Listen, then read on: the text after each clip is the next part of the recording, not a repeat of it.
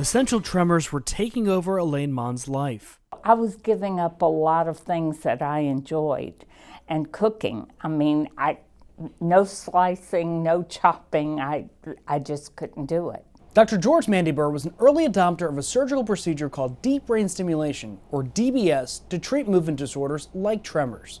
It helps remodulate the brain, so the circuit's going bad because of the disease, and the added electricity that we give off with the stimulator kind of counters some of the negative effects of that degenerative process. Monn was awake for the surgery and remembers the moment they turned it on. If I could have jumped off the table, I would have, because I thought this is the answer. She was the first patient in Florida to receive the new, smaller, rechargeable battery for DBS. This device lasts for around a decade and only requires about an hour of charging a month.